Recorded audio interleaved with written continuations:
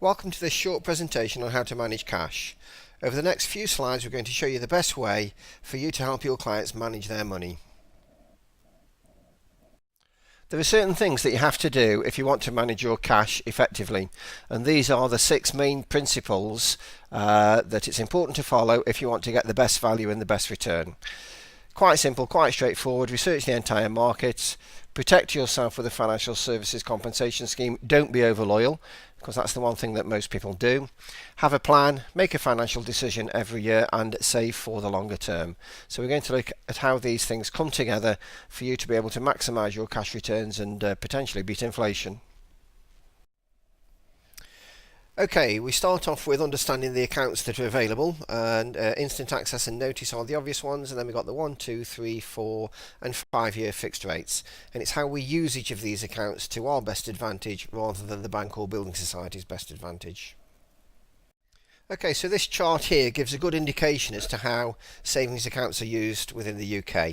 The majority of the money sits on instant access or notice, with a gentle spread out over the 1, 2, 3, 4 and 5-year fixed rates.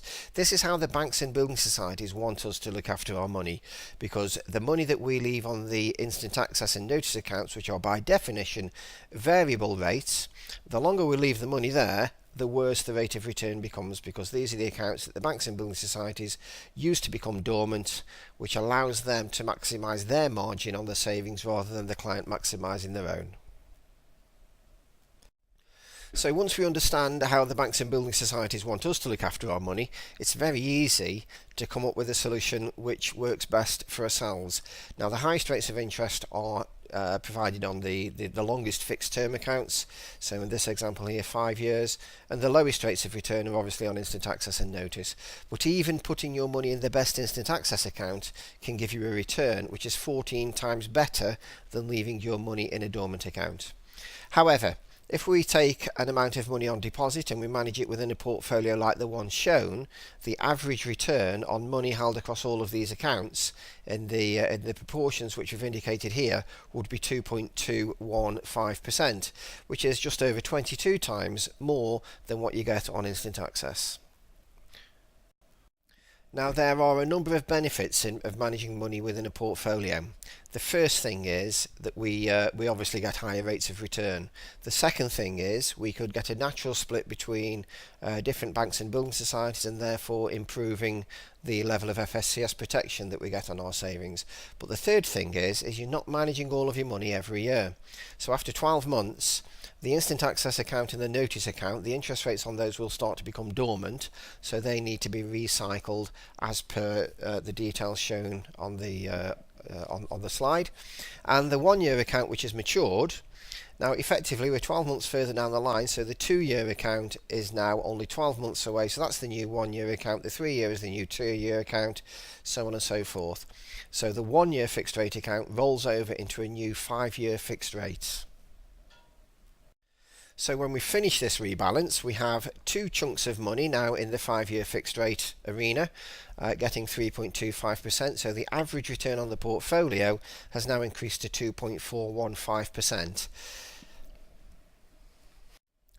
And then at the end of the second year, we follow the same routine.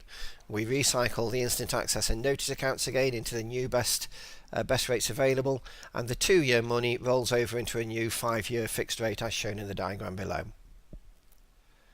So we're now into the 3rd year, and we end up with 3 chunks of the money on 5-year fixed rate, and as we can see here, the average return has now increased to 2.579%.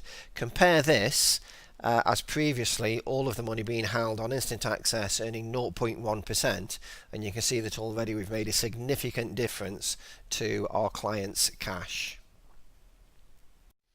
And so we continue. At the end of the 3rd year, we recycle the 2 instant access and notice accounts, and we roll the 3-year money that's just matured over into a new 5-year fixed rate. So whilst following this strategy forward, we now end up with 4 chunks of money in 5-year fixed rates, and the average return has now increased to 2.7%. So by now we should be getting the picture. At the end of the 4th year, we recycle the instant access and the notice accounts again, and the 4-year fixed rate that's just matured rolls over into a new 5-year fixed rate. So when we finish this review, we now end up with all of our money rolling over into 5-year fixed rates, with the average return on the portfolio now increased to 2.779%. Now, of course, a 5-year portfolio is by far the best because you are accessing those accounts that pay the highest return. But if your clients have only got enough money, or their personal circumstances only enable them to go into a 3-year portfolio, then at least they are still doing better than leaving all of their money in an underperforming instant access account. Similarly, if they can only go to 1 year. Ultimately, the goal has to be getting people into the longest savings portfolios possible, because that's where they will maximize their returns. But at the end of the day, the client's circumstances are the most important, so it has to be tailored to their needs. So this final chart now looks at how the portfolio has performed by maximising the return and rolling the money over into a 5-year portfolio, as compared to leaving the money on a dormant instant access account. So we can see the average interest rate from the portfolio is 2.215 in year 1, rising to 2.779 in year 5. So those are the average portfolio returns per annum, compared to 0.1 at the bottom row there.